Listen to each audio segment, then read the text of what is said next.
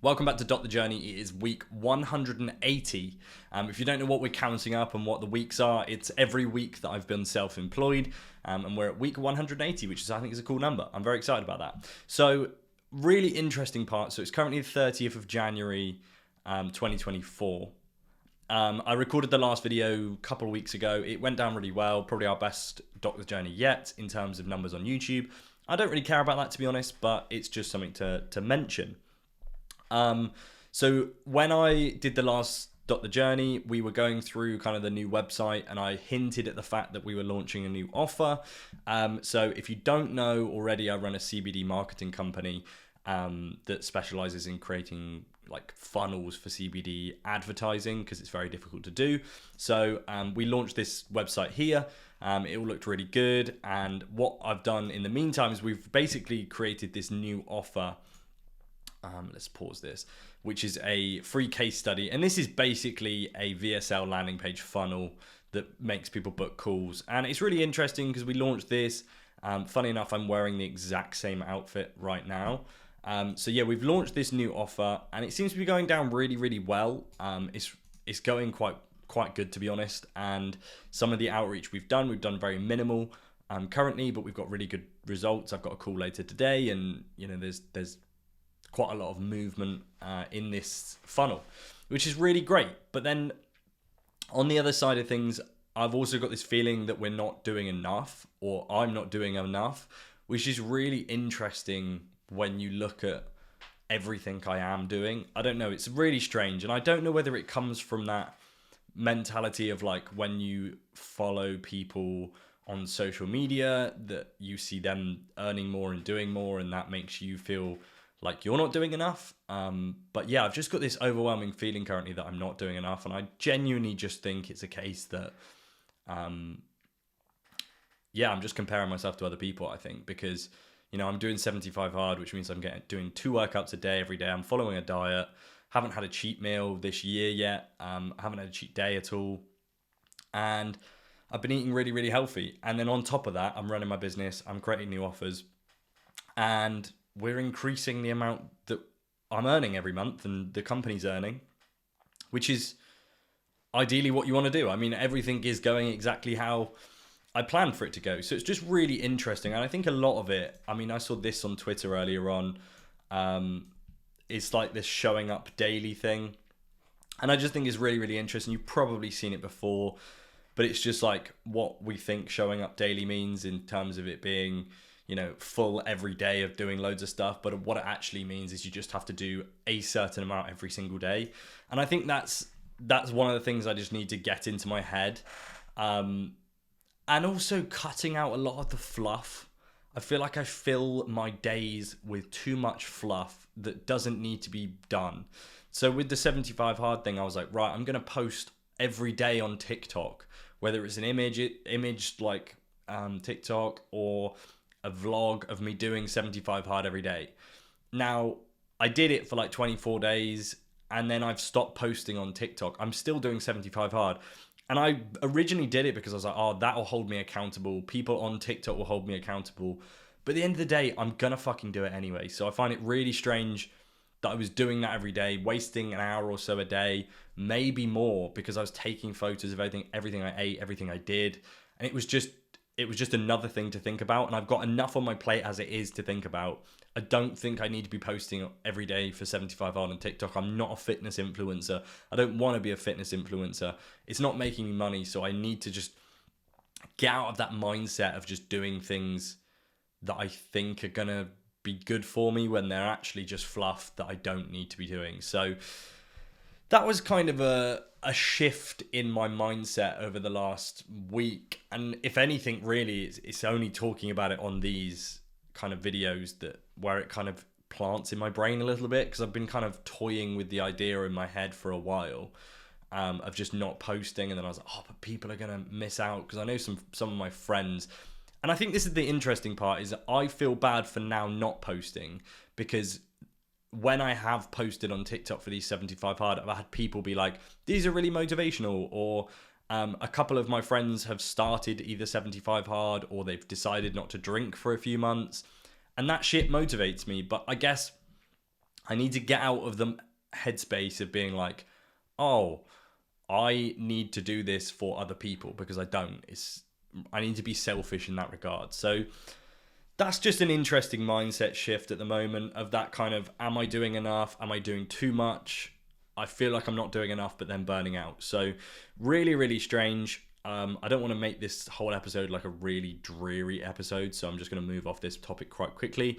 But I said to myself, when I did these, I was going to try and be as transparent as possible. So when I look back in the future, I can kind of see where I was mentally. And yeah, that's a really interesting point. So something else that comes from the kind of CBD side of things is that I feel like I've backed off of the future plans a little bit.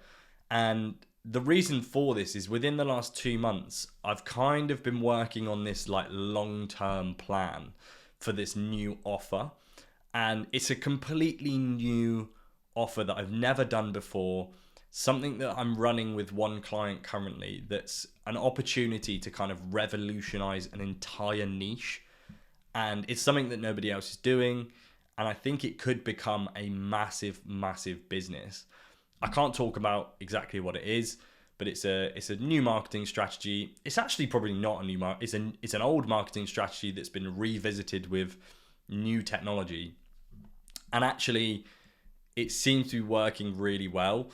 So to put it in perspective, we sent out 50 of these outreach methods on Friday last week, which actually meant only 25 people were contacted. And out of those 25 people, one person has already said they're interested, but these deals are worth hundreds of thousands of pounds. So it's a really interesting offer where it's like low volume could mean extremely high profit margins.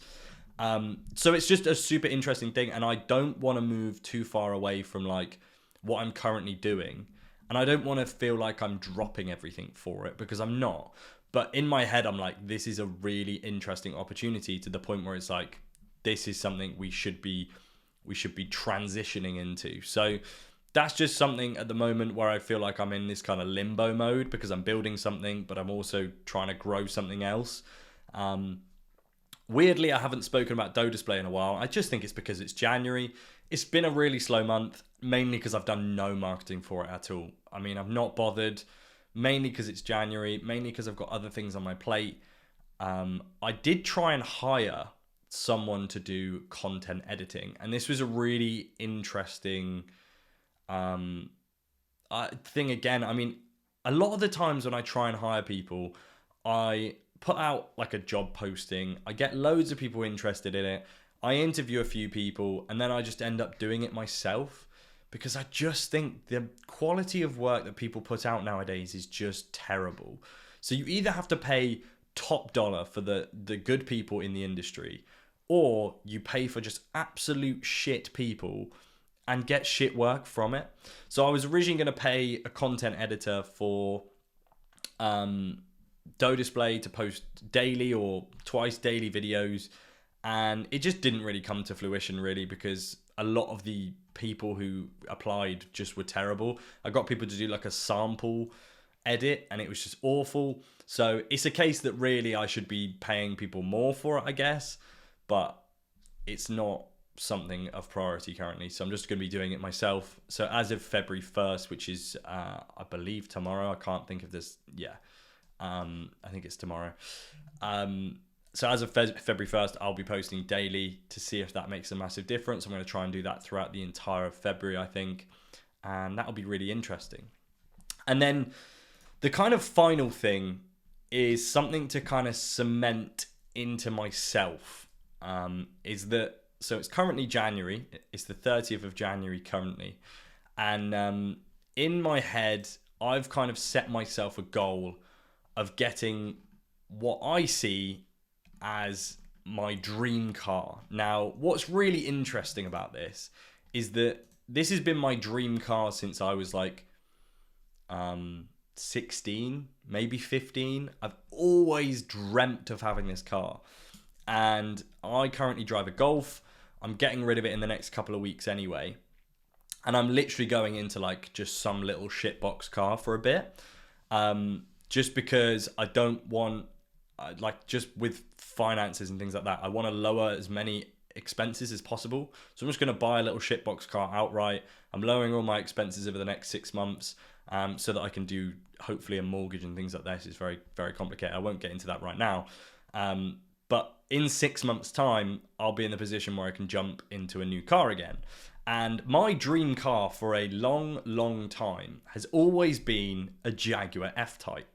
Now, what's really interesting about this is, I mean, this wouldn't be the one because this is like a 2-litre, I think. Oh no, this is the V6. This was my dream car for years and years and years, and I just hopped on Auto Trader here and just put Jaguar F-Type in. And yeah, I mean, they're so affordable. Like, I always was in my head like, these are so unobtainable. And I started looking recently, and like, I could get this today. If I really wanted to, I could get this today. I'm not going to, because I think it's a good idea to just wait. And ideally, my birthday's in June, and I think it'd be a really cool thing to get this for my birthday. So I just wanted to kind of cement it in the fact that this was my dream car, and it still is. Like, in my head, I'm like, this is the coolest car that's ever existed. And I'm sure a lot of people will disagree. Like, this, to a lot of people, might just be the shittest car you've ever seen. But to me, this was like dream car. So that's my plan, really, is that within 6 months, I want to have this car, which has blown my mind because I'm like, okay, what's next? Like, I don't really have that thing of like, what's next in my goals, I guess. Like, I always, maybe I just think way too soon in terms of like goals, because I'm like, oh, that's my dream car, but yeah, I could just get it now. I don't know. I feel like I don't want a lot, so I find it very difficult to motivate myself. So that's why I'm kind of cementing it on this, is that that's the car I'm going to get. I'm going to have it for my 26th birthday, I think, which is in June. So I've got 5 months. But yeah, I think I'm going to get it. So that's just an interesting way to finish this off. And yeah, I'm going to end the episode here. Hope you've enjoyed. And if you've got any questions for me, pop them in the comment section below. But thanks for watching. Bye.